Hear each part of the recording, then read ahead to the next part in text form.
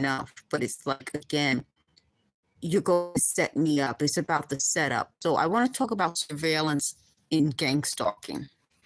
If you are watching someone and then you're manipulating things and setting those people up, then you know exactly when would be the right time, which is actually the wrong time, for something to happen. So if I'm going through something in my life, this would be the wrong time to set me up as taking care of anyone. They were like saying all these different people that they thought I could take care of. So the point was, in order to make it seem like I was going through some sort of like criminal, I was going to be a criminal or something, they figured they'll set me up with people who have criminal past. They said it was done in order for me to have empathy for criminals or something like that. But if you are setting me up to get in trouble, I think that's an issue. When we're talking about this, they wanted this to be quiet because I think the bigger issue is the setup. So it's not just the surveillance, it's the setup. When people are talking about, mass surveillance, they're upset about that. But now add to that the idea that someone can set you up to do the wrong thing, get upset, lose everything you have. So the stress of being surveilled is one part of it. The setup, even if you don't fall for it, is another part of it. But the biggest part of it is losing everything. It becomes you're isolated. Even if you're interacting with people, once people know that you're always being watched and everything you say is being listened to and there are people out to get you, those people may not want to be around you. So it's not just, they keep saying, well, why am I not interacting as much? It's not just about interacting. It's about whether or not people will want to interact with this system going on. They're upset because every time they bring up the high school crush, I don't always talk about it, but I have recently. So they don't want that because they said he's not part of their coalition, which is so funny. I just want to talk about that with surveillance. The people who would go along with this and not talk about it or tell, they said that this has been going on for decades, are people who have, to me, the ability to set people up and not care. Like they can see me looking like this and think, oh, this is exactly the person I want to put around people who would need more attention. So they said, I don't have the personality or the lifestyle to give attention to people because I'm either busy with my own thing or I have people around me who need more attention. And part of that is they forget that I also have a personality where I need more quiet time. Like, so to put me in this program with 24 personality, which it's not, and everybody knows me, knows it's not, then that's the setup. They said, what about for them? It's not as much of a setup for them because they wouldn't know. It's more of a setup for me. So for them, they would think, oh, I'm being used and exploited by the abuser, but they wouldn't know that I would also not be able to provide them with that. So for them, it's not the setup of they're not going to be, they're not going to be able to have that relationship with me because I can't provide that. So that goes back to when they were really upset that I was saying, well, I haven't heard from the high school crush and I don't expect to. And they were like, well, why would you say that? Why would you say that? I'm saying that I don't want him to be exploited, for number one. But if he can't provide me with what I need, then he's not the bad guy. Do you get what I'm saying? So the person who is being set up to expect me to provide what they need isn't the bad guy, but I'm also not the bad guy because I'm saying publicly in like years and years and years of videos that I can't provide that, I can't give that. And when they can't hear that from me, it's like, oh, don't you feel like you sound bad? Or what about the person who needs you?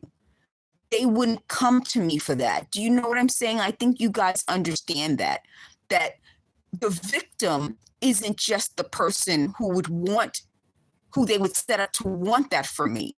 It's also me because I can't provide that. And saying I cannot provide that, this is what I can provide, is perfectly normal, perfectly healthy.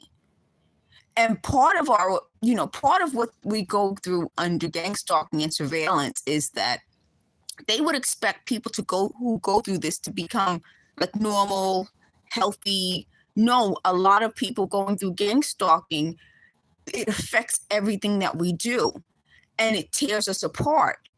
So you wouldn't be normal and healthy under constant surveillance, being set up, they just said something, having all of this like talking. If you get V2K, some of us get V2K voices, some of us don't. Some of us get more of the brain washing and brain mapping, where you have to kind of get caught up in their psychological tactics. But I didn't get that. I got a lot of physical tactics. I got the talking. I got, those type of tactics. So would you ever say that somebody like me should be put in a position where I'm around someone who would demand more from me? No. I first of all, even without the gang stalking, you probably wouldn't put me in that position. But with the gang stalking, not at all. So that's part of it. So then for them to ask right now, what about the person they would set me up with? Meaning, like, what about the person they would find who would need me? It's not even a question. You wouldn't do it. You wouldn't say, I'm in a position to do that type of thing. And that goes back to the ultimate setup. The ultimate setup is they said for me to snap. No, for me to be the bad guy of them not wanting it to be the case that I cannot right now. So the other part of that is that I'm saying, why would I want to look like this on the internet? I think I have to tell the truth. I think for me, it's healthier. For other victims, it's helpful. But it's also telling the world that if this system exists where you are, expose it. I'm in Co-op City in the Bronx. It's in New York City.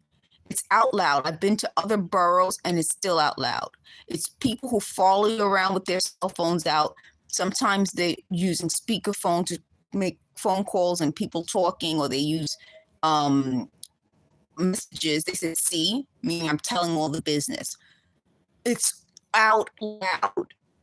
And when you're going through this and you start to feel that you're exhausted and you're abused and you can't take care of just the basic things because you have to work so much harder than everyone else, it's not the time to be in a relationship. It's not the time to bring people into your life who are going to demand more than you can give. And that doesn't make me a bad person. It doesn't make you a bad person.